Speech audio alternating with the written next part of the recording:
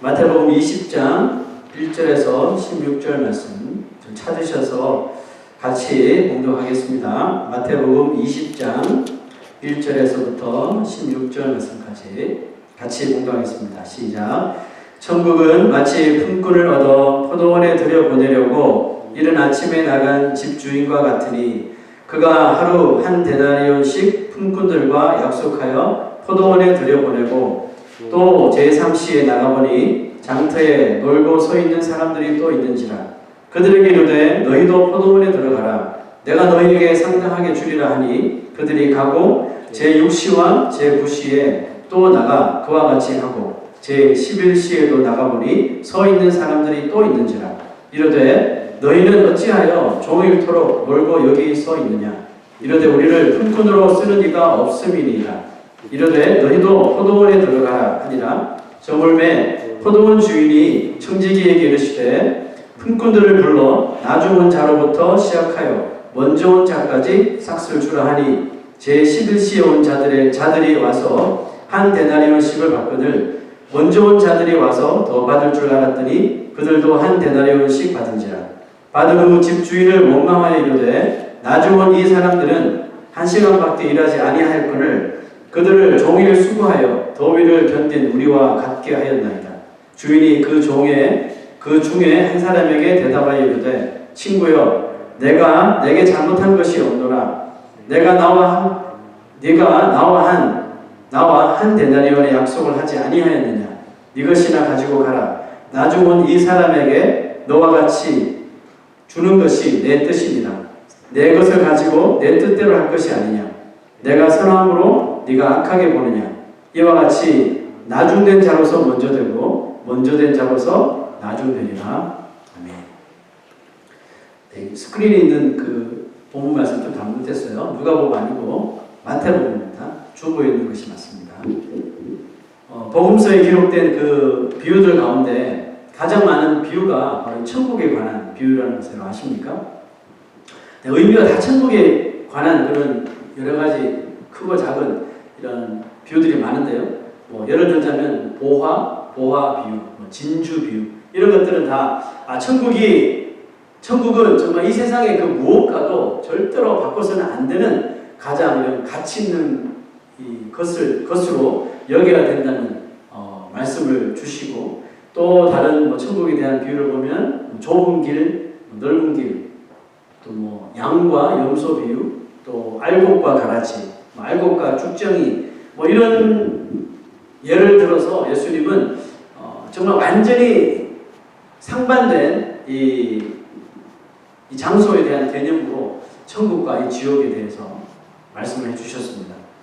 오늘 우리가 읽었던 20장에 기록된 포도원 주인과 품꾼에 대한 비유를 통해서도 예수님이 가르치려는 것은 바로 천국이거든요. 하지만 우리 본문을 읽으면서 섣불리 천국에 들어갈 자를 결정해서는 안 됩니다. 믿는 신자라면 누구나 들어가기를 꿈꾸고 또 원하며 정말 꿈에라도 한번 가보고 싶어하는 그런 하나님의 나라, 천국, 신비스럽고 정말 아름답고 말로 형용할 수 없는 영광스러운 곳에 들어갈 자가 과연 어떤 사람이며 또 어떤 자격을 하나님께서 요구하시는지를 우리 말씀을 통해서 함께 살펴보기를 원합니다. 자, 1절부터 한번 보시죠. 천국은 마치 품꾼을 얻어 포도원에 들여보내려고 이른 아침에 나간 집주인과 같으니, 제가 두 군데 언더라인 했습니다. 천국은 집주인과 같다. 자, 이 두 단어에 좀 집중을 하면 좋겠어요. 우리가 흔히 천국을 결정하는 사람은 자기 자신이라고 생각할 때가 많습니다. 왜냐하면 내가 예수를 믿어야지 갈 수 있는 곳이 천국이라고 생각하기 때문에 그렇습니다. 틀린 말은 아니죠. 예수를 믿어야 천국 가는 것은 확실합니다. 하지만 그 전에 그에게 믿음을 주신 자가 누군가를 생각해야 되겠죠. 그 믿는 자가 정말 천국에 들어갈 자격이 되는지를 결정하는 분이 계시는데 그분이 바로 누구예요? 오늘 집주인으로 상징되는 바로 하나님이시라는 것입니다. 집주인이 품꾼을 포도원에 들여보내기 위해서 만든 그 칸추액이 있었습니다. 자, 그게 뭘까요? 그가 하루 한 데나리온씩, 한 데나리온입니다. 한 데나리온씩 품꾼들과 약속하여 포도원에 들여보내고 라고 했습니다. 거기에는 하루 일하는 노동의 값을 한 데나리온으로 정한다는 내용이 이 컨트랙에 있었고, 그 계약에 불평하지 않고 동의한 사람은 누구를 막론하고 포도원에 들어가 일을 할 수가 있었습니다. 자, 이 계약서를 가지고 주인은 밖으로 나갑니다. 포도원 밖으로 나가서 길거리에 있는 사람들을 이렇게 부르기 시작하죠. 가보니까 놀고 있는 사람도 있고, 그냥 아무 일 없이 길에 서 있는 사람도 있고, 또 쓰임받지 못한 사람들도 있었습니다. 이 포도원 주인은 그 사람의 형편에 상관없이 한 사람 한 사람을 부르시기 시작하는데, 오늘 시간이 나와 있죠, 그죠? 이 이스라엘식 시간을 현재 우리가 사용하는 시간으로 바꿔보면 오전 9시, 오전 11시, 오후 3시, 오후 5시 이렇게 나눌 수가 있습니다. 유대인들에게 하루가 끝나는 시간은 해가 떨어지는 시간입니다. 그래서 오후 6시 정도. 그러면 오후 5시에 들어온 사람은 가장 일을 적게 한 사람이 되겠죠. 일이 마감되기 1시간 전에 들어온 사람입니까? 이렇게 오전부터 오후까지 이 주인이 수시로 밖에 나가서 거리에 있는 사람을 초청하여 이 컨트랙을 맺은 후에 그 포도원 안으로 들여보냈습니다. 그런데 말씀을 보니까 유독 마지막 5시에 만난 사람들에게 주인이 이런 질문을 했는데요. 너희는 어찌하여 종일토록 놀고 여기서 있느냐? 이러되 우리를 품꾼으로 쓰는 이가 없었음이니이다. 이러되 너희도 포도원에 들어가라. 여러분, 이 구절을 읽으면서 우리가 깨달을 수 있는 한 가지가 있는데요. 포도원에 들어가기 위해서 사람들은 이 시대처럼 어떤 레주메를 제출해야 된다든지, 아니면 그 포도원에 일하는데 적합한 어떤 자격 시험도 치지 않는다는 것입니다. 그들에게 필요한 오직 한 가지는 뭐예요? 주인을 만나야 되고, 또 주인이 내민 그 컨트랙에 오케이 하면, 주인이 오케이 하고, 또 그 품꾼이 오케이 하면 누구나 자격 시험 없이 그 포도원에 들어갈 수 있다는 겁니다. 자, 위의 말씀들 한번 종합해 보면 이 천국의 자격 조건은 뭘까요? 천국의 자격 조건은 포도원 주인의 부르심이라는 겁니다. 자, 그래서 예수님 오늘 비유의 서두에 이런 말씀하셨죠. 천국은 마치 품꾼을 얻어 포도원에 들어보내려고 이른 아침에 나간 그 집주인과 같다. 어디에 포커스를 두고 있어요? 집주인에게 포커스를 두고 있죠. 아무리 들어가고 싶은 사람이 있더라도 주인이 불러주시지 않으면, 주인을 만날 수 없으면 그 포도원에는 들어갈 수 없다는 사실입니다. 그러므로 천국에 들어갈 수 있는 것은 오직 그곳의 주인이신 바로 하나님 앞에 하나님께 이게 다 달려있다는 뜻이에요. 그렇습니다. 하나님은 에덴 동산 사건으로 인하여서 멸망과 죽음이라는 그 운명에 처해진 인간들을 불쌍히 여기시죠. 그래서 그 죄를 용서하시기 위해서 죄인들을 찾아 부르시기 시작하는데요. 여러분, 그렇게 3000년 정도 되는 이 긴 구약 성경의 역사가 결국은 하나로 딱 줄여지는데 그게 뭐냐면 죄인들을 부르심에 대한 이야기입니다. 구약에 보면 계속해서 하나님께서 죄인들을 부르시죠. 하나님은 수천 년 동안 많은 선지자들을 먼저 부르시고 그 선지자들을 다시 죄인들에게 보내셔서 그 하나님의 마음, 하나님의 뜻을 이렇게 메시지를 전달하도록 하셨습니다. 수천 년 동안. 하지만 백성들은 이 선지자들이 왔음에도 불구하고, 선지자들이 하나님의 뜻을 전함에도 불구하고 반응했나요? 반응한 사람도 있지만 거의 대부분의 사람들은 그 외침을 외면합니다. 외면해서 뿐만 아니라 그 선지자들을 거짓 선지자라고 때리고 잡고 가두고 죽이기까지 했습니다. 그러나 이 죄인들의 일은 악함에도 불구하고 그 죄인들을 향한 하나님의 그 열심은 멈추지 않더라는 겁니다. 결국 그 하나님의 이 열심은 어디까지 갔냐 하면 그의 아들 독생자 예수 그리스도를 이 땅에 성육신하여 이 땅에 보내시기까지 하시다는 겁니다. 그런 모습을 통해서 죄인들을 향해서 정말 시그지지 않는 하나님의 사랑을 이 독생자 예수 그리스도를 통해서 보여주신 것입니다. 그리고 이제 어떤 죄인이라도 이 하나님의 마음을, 하나님의 그 사랑을 정말 진실되게 받는 사람이 있다면 그에게 구원의 문이 활짝 열리도록 해주신 것입니다. 그런데 참 믿기지 못할 일들이 막 일어납니다. 하나님이 인간의 몸으로 오셔서 몸소 자신을 그 십자가에 잔인하게 희생하셨음에도 불구하고 죄인들은 여전히 그 예수님을 이 땅에 보내신 하나님의 뜻을 깨닫지도 못하는 거예요. 깨닫지 못하니 당연히 그 악한 마음을 열어 제치지도 못했던 것입니다. 여러분, 그 죄인들이 깨닫지 못한 것이 뭘까요? 예수 그리스도가 이 땅에 성육신하고 십자가에서 죽으시는 것을 보고 들었음에도 불구하고 그들이 마음을 열지 못하는 건 뭐예요? 그들이 깨닫지 못하는 게 뭘까요? 이사야 선지자는 이렇게 이야기합니다. 그가 찔림은 누가 찔린 거예요? 예수 그리스도의 그 찔림은 바로 우리의 허물 때문이고 그가 상함은 우리의 죄악 때문이라 그가 징계를 받음으로 우리는 평안을 누리고 그가 채찍에 맞았기 때문에 우리는 영적인 이 나음을 얻게 되었다라고 말합니다. 이것을 깨닫지 못하는 거예요. 왜 그가 찔려야 되는지, 왜 그가 상해야 되는지, 왜 그가 얻어맞아야 되는지 그것을 깨닫지 못하는 거예요. 자, 그리고 이런 말을 합니다. 우리는 다 양 같아서 그릇 행하여 각기 제 길로 갔거늘 여호와께서는 우리 모두의 죄악을 바로 그에게 예수 그리스도에게 담당시켜 주셨다. 우리 죄인들을 향한 하나님의 그 사랑은 끝이 없다는 것을 보여주고 계시는 것입니다. 자, 다시 우리 본문으로 한번 돌아가 볼까요? 포도원에 들어와서 일하는 시간이 다 끝났습니다. 이제 정산할 시간이 돌아왔어요. 집주인은 마지막 5시에 들어와서 일한 사람부터 한 사람 한 사람 불러서 그 컨트랙트대로 한 데나리온씩을 주기 시작했습니다. 자, 그때까지 아무런 문제가 발생하지 않았습니다. 너무나도 화기애애하게 화평스러운 상황에서 이 페이먼트를 받고 감사하며 이렇게 순서가 진행되었습니다. 그런데 이 문제는 제일 먼저 와서 오전 9시에 문 열자마자 들어왔던 이 일꾼들이 이 폐해를 받는 그 순간에 문제가 발생합니다. 자, 어떤 문제가 발생했나 보시죠.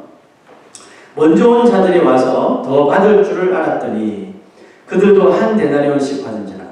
받은 후 집주인을 원망하여 이르되 나중 온 이 사람들, 그러니까 마지막 5시겠죠. 나중 온 이 사람들은 1시간밖에 일하지 아니하였거늘 그들을 종일 수고하며 더위를 견딘 우리와 같게 하였나이다.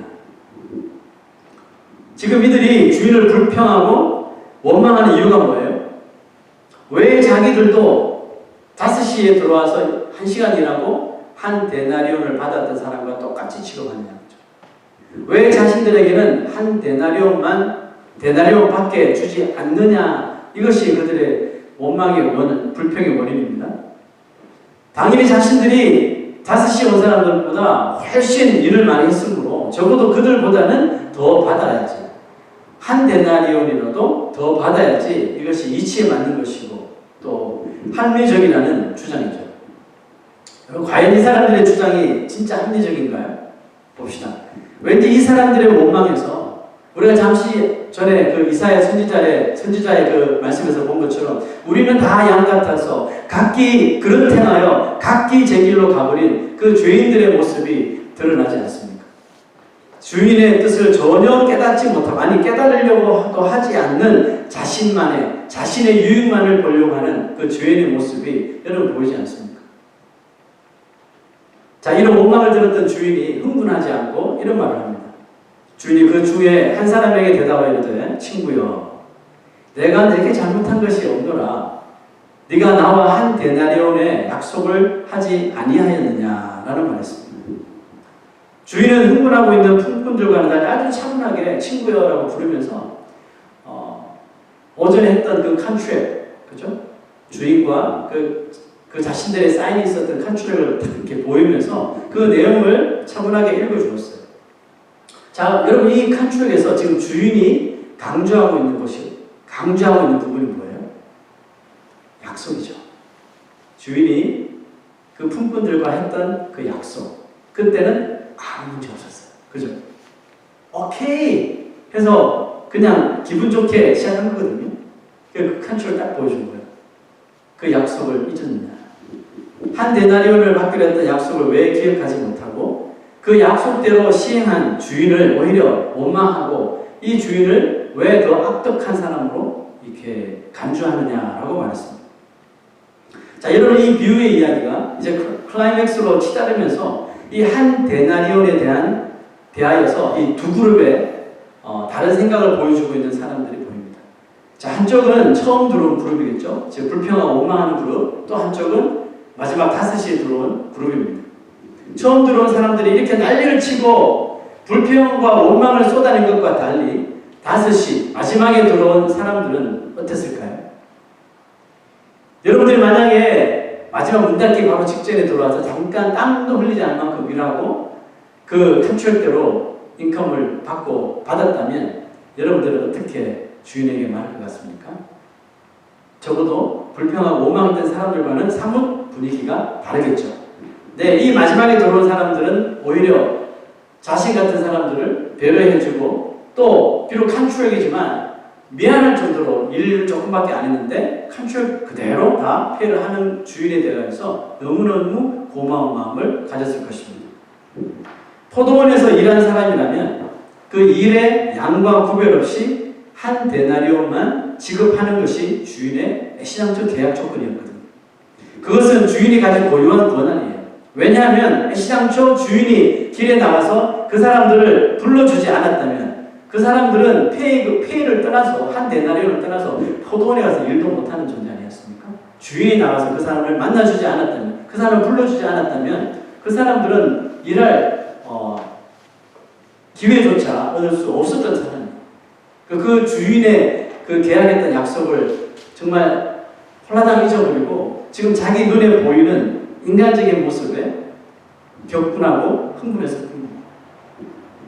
여러분, 천국에 들어가기 위해서 천국의 주인이신 하나님이 하시는 약속이 뭘까요? 마치 이 한 데나리온과 같다는 거예요. 오늘 비유의 가장 중요한 포인트는 천국에 가는 사람이 어떤 큰 상을 받느냐 그게 아니라 누가 천국에 들어가느냐 이게 키포인트예요. 천국에 들어가기 위해서 인생들에게 필요한 것은 뭐예요? 우리가 믿는 이 믿음의 이런 양이나 시간이 아니라 그 약속하셨던 한 데나리온의 믿음이 있느냐 없느냐 그걸 하나님께서 우리에게 보신다는 거예요. 일찍 믿었기 때문에 내가 누구보다도 먼저 교회를 다녔기 때문에 오랫동안 봉사하고 오랫동안 헌신했기 때문에 한 데나리온은 말도 안 됩니다. 적어도 10데나리온, 100데나리온, 1000데나리온은 정도는 돼야지 제가 일한 것에 대가가 되지 않겠습니까? 여러분, 이렇게 생각하면 정말 그 사람에게는 미안하지만 참 큰 착각입니다. 그런 생각은 여러분 우리의 올바른 믿음을 오히려 다 갉아먹어버리는 예수 믿으면 무조건 복 받는다는 것. 예수 믿으면 비즈니스도 잘 되고 뭐도 잘 되고 뭐도 잘 되고 만사형통 여러분 이런 번영신학을 가리키는 것입니다. 기복신앙은 올바른 신앙이 아니에요.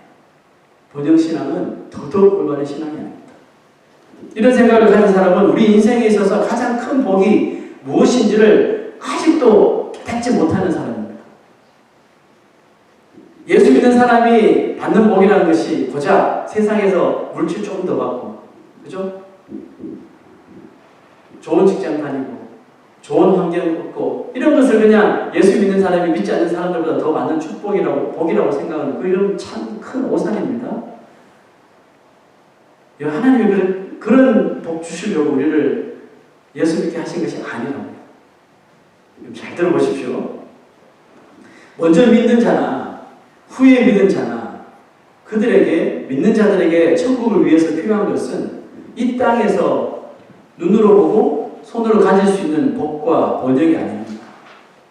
오늘 이 포도원 주인이 포도원에 들어와서 일하는 사람들에게 했던 그 컨트랙, 그 한 데나리온의 약속만 믿으면 충분하다는 것입니다.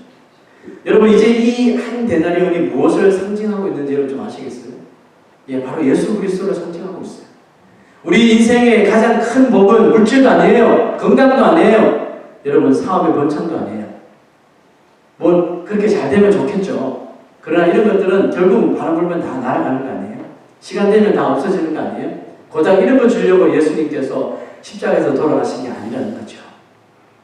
우리 그리스도인들이 정말 이 땅 가운데서 얻는 것은 얻어야 할 그 복은 물질도 아닌 건강도 아닌 사업의 번창도 아닌 누구예요? 한 데나리온 오직 예수 그리스도 한 분이라는 것입니다. 천국은 한 데나리온의 약속만을 믿고 감사하는 자가 결국 들어갈 수 있다는 소리입니다. 그러므로 천국의 자격은 뭐예요? 천국의 자격은 그 하나님의 우리를 부르시는 그 고유한 주권을 믿고 약속하신 그 한 데나리온에 오히려 만족하고 하나님 앞에 감사하는 삶을 사는 거예요. 이것이 천국 자격의 조건이라는 겁니다. 여러분, 나의 마음이, 우리의 마음이 한 데나리온이신 예수로 만족하며 사는 사람이 있다면 그 사람은 어떤 사람일 거라고 생각해요? 그 사람은 오늘 비유에서 한번 거론되었던 사람인데 3시, 오전에 9시에 나왔던 사람일까요? 아니면 오후 5시에 일했던 사람일까요? 오후 5시에 들어와서 정말 잠깐 일한 사람과 같은 마음으로 사는 사람이 천국 자격 조건을 가진 사람이에요. 자, 우리가 5시에 들어온 사람을 오해해서는 안 됩니다. 지금 오전 9시에 들어온 사람들이 오후 5시에 들어온 사람을 향해서 대단한 오해를 하고 있잖아요. 그죠? 주인을 향해서도 오해를 하고 있잖아요. 오해를 해서는 안 돼요. 이 사람들은 일부러 포도원에 들어가지 않고 놀고 있다가 이제 문 닫을 때쯤 돼서 주인 앞에 이렇게 나타나서 뽑혀서 들어가서 땀도 흘리지 않을 만큼 일하고 한 데나리온을 챙겨버린 양심불량의 사람이 절대로 아닙니다. 자, 왜 그러냐면 오늘 우리가 본 말씀 중에 그 5시에 만난 사람들에게 주인이 했던 말이 있죠. 어디 갔나요? 예, 너희는 어찌하여 종일토록 놀고 여기서 있느냐. 주인이 보니까 아까도 본 것 같고 이번에도 본 것 같고 계속 그냥 놀고 먹고 있는 것 같아요. 그래서 주인이 왜 여기서 그냥 놀고 열심히 일하지 왜 놀고 먹고 있느냐 이렇게 질문했어요. 그랬더니 그들이 이런 말 했습니다. 우리를 품꾼으로 쓰는 이가 없었습니다. 무슨 뜻이에요? 지금 이 5시에 들어온 품꾼들은 오늘 본문에 나오는 주인이 운영하는 포도원뿐만 아니라 다른 포도원에 가서도 이력서를 제출하고 이곳에 들어가서 일할 수 있는지 타진해 보았다는 거예요. 그런데 결과는 뭐예요? 다 리젝트 당하더라는 겁니다. 왜요? 기준이 너무 높은 거예요. 이 포도원에 들어가서 일할 자격 기준이 너무 높은 거예요. 건강 때문에 안 돼, 학력 때문에 안 돼, 자녀 많아서 안 돼, 뭐 해서 안 돼, 뭐 해서 안 돼, 군 미필이라서 안 돼, 뭐 이러면서 자격 조건이 너무 많은 거예요. 이 품꾼들이 오전부터 계속 여기도 두드려보고 저기도 두드려보고 다 해봤는데 세상의 포도원의 그 자격의 조건은 너무너무 높은 거예요. 그래 여기도 탈락, 저기도 탈락. 하루 종일 했지만 계속 떨어지더라는 것입니다. 그러면 5시까지 남은 품꾼들은 소망이 있어요, 없어요? 소망이 없는 거예요. 자, 여러분 제가 지금 무슨 말씀을 드리려고 하는지 눈치채셨죠? 세상에서 우리가 어떤 것에 잡을 플라이하고 또 정말 세상에서 인정하는 그런 것에 우리가 취직을 하려고 하면 쉽게 우리가 오케이를 받지 않지 않습니까? 뭔가 그게 대한 뭐가 있잖아요. 그죠? 자격 조건이라는 게 있어요. 여러분 5시에 들어온 이 품꾼들은 나름대로 정말 열심히 노력하고 또 문을 두드려 봤지만 그 세상의 높은 벽 때문에 모두 다 좌절하고 말았습니다.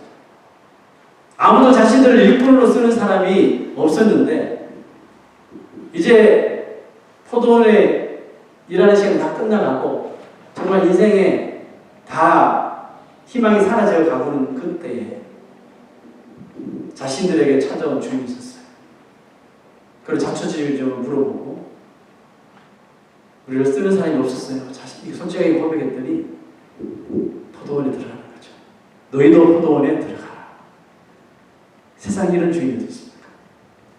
모든 포도원들은 다 자기 자신 자기 안 된다고 리젝트하는데 이 주인은 흔쾌히 소망 없는 자기 자신들을 포도원으로 들여보내준 거예요. 그리고 들여보내준 것뿐만 아니라 한 데나리온에 컨트랙을 맺어주고 또 그 일한 만큼 한 데나리온에 또 이 페이를 해주더라는 것입니다. 희망을 잃은 자신들을 흔쾌히 받아준 주인의 은혜에 감동하며 일했던 사람들이 바로 5시에 온 사람들이에요. 성경은 예수님은 이 5시에 들어온 사람들이 천국 자격의 기준에 맞는 사람들이라고 말하고 있습니다.